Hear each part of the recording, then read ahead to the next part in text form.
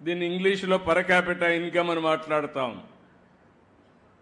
తలసరి ఆదాయం అంటే ఆ ఇంట్లో ఎంతమంది ఉంటే అంతమందికి కలిసి అంతే ఆదాయం వస్తుంది.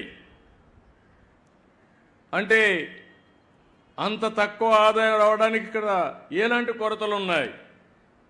తెలివితేటలకు కొరత లేదు, నాయకత్వానికి ఏమాత్రం కూడా తక్కువ కాదు.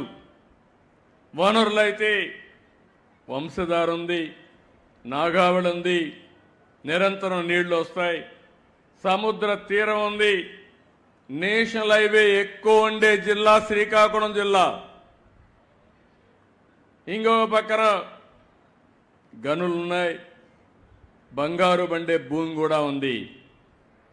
ఇవన్నీ ఉన్నప్పటికీ కూడా ఇంకా వెనుకబడి ఉన్నారు. నేను అందుకని ఒక సవాలుగా తీసుకున్నా, అవసరమైతే మళ్ళీ మళ్ళీ వస్తా, ఈ జిల్లాను బాగు చేసే వరకు నేను మీకు అండగా ఉంటానని ఈరోజు మీకు మాట ఇస్తున్నా. అనేక సంక్షేమ కార్యక్రమాలకు నాంది పలికాం. కానీ సమాజంలో వెనుకబడిన వర్గాల్లో అట్టడుగు నుండే కొన్ని వర్గాలు ఉన్నాయి. అందులో మత్స్యకారులు ఒకటి. మీరెప్పుడు సముద్రాన్నే నమ్ముకున్నారు. తెల్లవారుతో పోయి అర్ధరాత్రి పోయి మళ్ళీ తిరిగి రావాలంటే ఆడబిడ్డలు తిరిగి వచ్చే వరకు ఎక్కడికక్కడ గందరగోళంగా భయాందోళనలో ఉంటారు. అలాంటి జీవితం మీది. అలాంటప్పుడు మీ ఆదాయం కూడా అక్కడికక్కడే వచ్చే పరిస్థితి వచ్చింది. అదే సమయంలో ఈరోజు మీరు చూస్తే వేట విరామం 2 నెలలు 61 రోజులు మనం ఇస్తాం.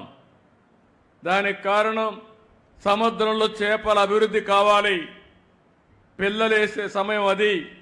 ఆ సమయంలో డిస్టర్బ్ అయితే చేపే ఉండదు. కాబట్టి విరామం ఇవ్వాలనే ఉద్దేశంతో విరామాన్ని ఇచ్చే పరిస్థితికి వచ్చాం. అదే సమయంలో ఒకప్పుడు మీరు విరామం ఇస్తే, ఎందుకంటే మీరందరూ కూడా ఇప్పుడు కూడా సముద్రానికి పోతేనే మీ కడుపు నిండుతుంది. ఒకరోజు పోకపోతే ఆ రోజు పస్తే. అందుకే నేను ఆలోచించిన తర్వాత 14వ సంవత్సరం 15వ సంవత్సరంలోనే వేట విరామం సమయంలో ఆర్థిక సహాయం ఇవ్వాలని నిర్ణయించిన పార్టీ తెలుగుదేశం పార్టీ అని చెప్పి నేను మీకు తెలియజేస్తున్నా. ఆ తర్వాత ఒక 10,000 ఇచ్చారు. 10,000 ఇచ్చారు కానీ చాలా ఉపన్యాసాలు చెప్పారు. ఫిష్ ఆంధ్ర అన్నారు. 300 కోట్లు ఖర్చు పెడతామన్నారు. ఏం పెట్టారో నాకైతే అర్థం కాలేదు. ఏ మత్స్యకారుడి జీవితమైనా బాగుపడిందా అని మిమ్మల్ని అడుగుతున్నా. మీకు లాభం జరిగిందా అని మిమ్మల్ని అడుగుతున్నా. ఈరోజు నాకు కష్టాలున్నాయని నేను చెప్పచ్చు కానీ నేను చెప్పను. అందుకే 1,29,178 కుటుంబాలకి 20,000 చొప్పున 259 కోట్ల రూపాయలు మీ అకౌంట్లో ఈరోజు నేను వేశానని చెప్పి కూడా నేను మీకు తెలియజేస్తున్నాను. నేను కూడా బటన్ నొక్కచ్చు, కానీ నేను బటన్ నొక్కలా. నేరుగా మీ దగ్గరకు వచ్చా, మీ సమక్షంలో మాట్లాడుతున్నా. మీ కష్టాలు నేను అర్థం చేసుకోవడానికి వచ్చాను. ఏదో వచ్చినప్పుడు ఇంత మునుపు ఉండే పాలకులు వచ్చుంటే ఇక్కడుండే మీ కొబ్బరి చెట్లు గోవిందా. ముందు కొబ్బరి చెట్లు వెళ్ళిపోయేటివి. అంటే ఒక నాయకుడు వస్తే ప్రజాహితం కోసం వచ్చినప్పుడు చెట్లు నరికేయడం, లేకుంటే ఎక్కడికక్కడ పరదాలు కట్టేయడం, అనేక సమస్యలు. ఇంకైతే కొంతమంది ఇంట్లో నుంచి బయట రానియకుండా నెత్తిన చేపెట్టడం, ఇలాంటివన్నీ కూడా నేను ఒక నెగతాళు చేయడం లేదు. కానీ నేను చెప్పేది ఏంటంటే, ఎప్పుడు కూడా ప్రభుత్వం అనేది ఒక బాధ్యతగా ఉండాలి.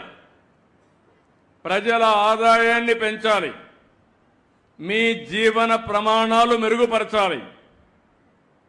నేను విశాఖపట్నం భోగాపురం ఎయిర్పోర్ట్ ఇచ్చాను. నేనుంటే 1 సంవత్సరంలో పూర్తయ్యేది.